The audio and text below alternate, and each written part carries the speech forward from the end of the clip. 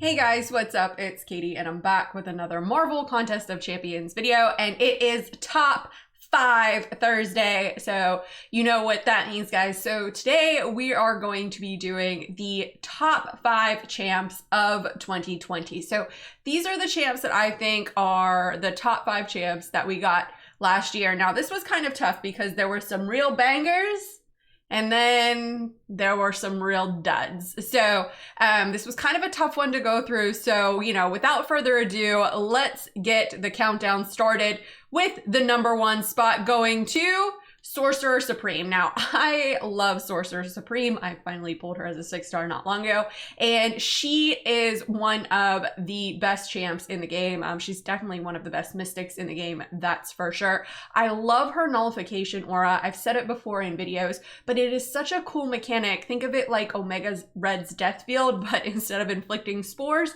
you're nullifying buffs. So I really like this cool mechanic. Plus, she's got an awesome slow. And we all know how I feel about champions who have slow mechanics. I think it's a great mechanic in this game. I love seeing that we're getting more and more champions with the slow debuff.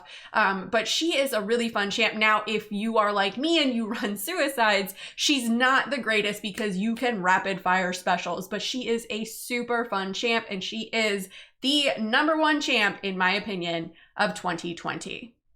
Coming in at the number 2 spot is Big Boy Paco. Yes, we finally got Apocalypse. And this guy, when he first came out, people were like, oh, really? Apocalypse? What? And I was one of probably the forerunners who was like, Apocalypse, Big Boy Paco is Big Boy Bad Daddy. So Apocalypse is great because he does have the immunities where he can become immune to bleed. He is one of the debuff kings. They're easy to apply and they're easy to keep refreshed. Plus, let's talk about how awesome he makes the other mutants on the team. Like, look at how good OG Wolverine is. Those crit bleeds are awesome.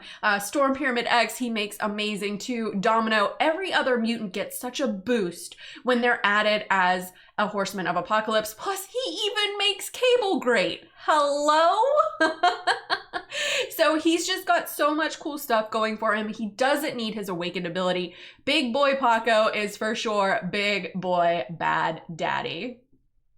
Speaking of daddies, the number 3 spot goes to my boy, Dad Bod Beardo, also, you know, more commonly known as Red Guardian. So speaking of slow mechanics, I talked about slow mechanics with Sorcerer Supreme, and Red Guardian has a fantastic slow mechanic. Plus, the fact that he can block unblockable specials if his durability is active on his shield is amazing. I love this guy. I grinded for this guy when he was in the arena. He's super cool. Now, he does need the awakened ability, and he does need to be sigged up in increments of 40. So keep that in mind if you do pull Red Guardian to have his signature ability in increments of 40, because it does not scale the way normal sig abilities, sig levels scale. It scales in increments of 40. So keep that in mind. But he is awesome. He's so good for so many different aspects of the game. He doesn't gain buffs, so he's great against champs like Dormammu and against nodes like Spite. So he is a super fun champ. I love this guy, and his damage is there as well.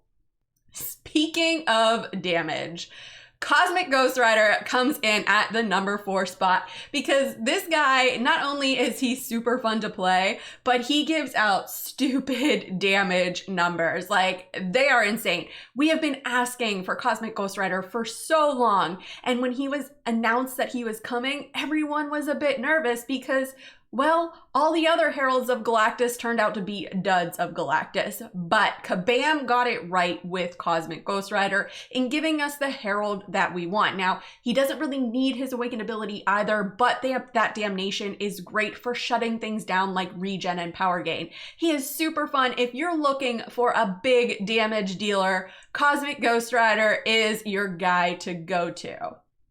And, you know, speaking of big damage numbers and maybe in small packages, HitMonkey comes in at the number 5 spot for the top 20 champs, or excuse me, the top 5 champs of 2020, because he is fun and he does do some pretty nasty crit hits, and his guaranteed hits his guaranteed crit hits are always a nice thing to have. Now, this guy can be a little bit pesky when you're fighting against him because you don't want to knock him down, but he is super fun to play. I love his 2 monkey schemes. It's a great kind of little mechanic that Kabam added into the game, and he's just a lot of fun. He's like maybe like Corvus mixed in with a little bit of Nick, and you know, he's just a lot of fun. I love this little ball of assassin fur.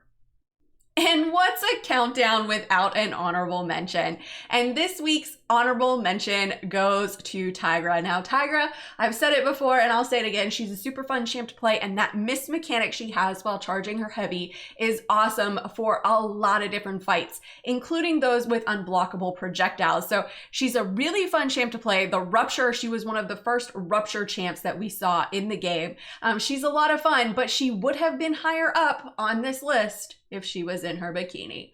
But anyways, guys, that's all that I got for this week's top 5, the top 5 champs of 2020. Let me know in the comments below, do you agree with my list or am I missing someone? Who would you put on this list? And do you think Tigra should still be in the bikini? Let me know in the comments below and let's discuss. As always, guys, thanks so much for watching and enjoy this quick word from Kevin Smith.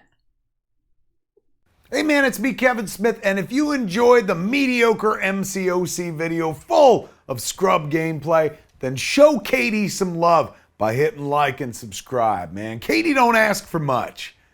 Katy did ask for this. Katy did.